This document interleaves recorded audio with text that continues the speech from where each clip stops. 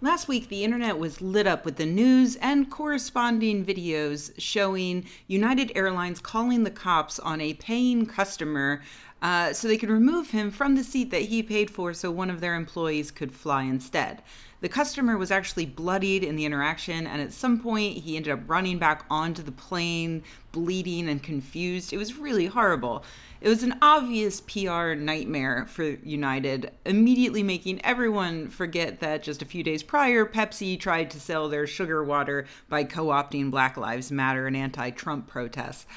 While United continues to dig their hole deeper, like when the CEO sent out a letter calling the passenger belligerent and suggesting that everyone else involved did exactly the thing that they were supposed to do, the mainstream media fired up their outrage machine. And they did that not by exposing United's past of absolutely horrendous behavior towards passengers, but instead focusing on the victim's past.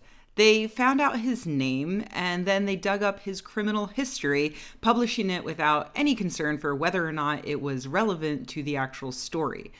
That's known as victim blaming, and it's using a victim's history or their personality traits or their demographics to make people feel less like the person is an actual victim and more like maybe they deserved what happened to them. Sure, a doctor trying to get to his patients may not deserve to have the shit kicked out of him for sitting in a seat that he paid for, but maybe a criminal does? Obviously, no. A criminal does not deserve that, but knowing he's a criminal can subtly influence you to feeling less sympathy for him. This is a central issue of the complaints of groups like Black Lives Matter. The media has a tendency to report on Black victims of police violence as being older, tougher, and more criminal than white victims. Teenagers are referred to as men. The photos shown of them are more likely to be embarrassing pictures of them holding 40s than traditional family photos. Logically, you might know that these things don't make a difference when it comes to unjustified police violence, but you will probably be implicitly biased against them to the point where you might look for reasons to dismiss the police violence as serious. So the media's reporting on the victim was absolutely disgusting.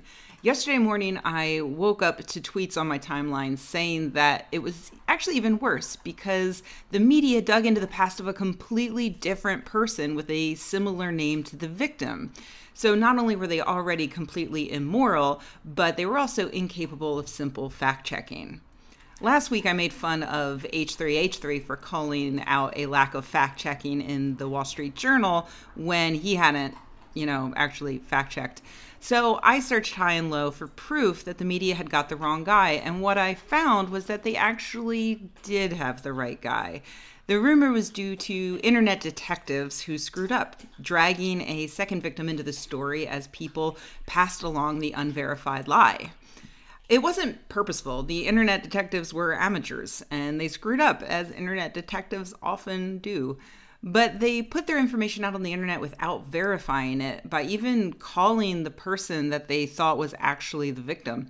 The lie traveled quickly because it's something that it's easy to believe. We want to believe it. The media already screwed up, and they've been getting basic facts wrong about breaking news since breaking news was invented. The lie reinforced something that many of us believe to be true, and that's the easiest way to spread a rumor. So please remember, if you see a tweet with no references saying something that you really, really want to believe is true, that's your biggest clue that you should probably stop, step back, check your facts before you click that retweet.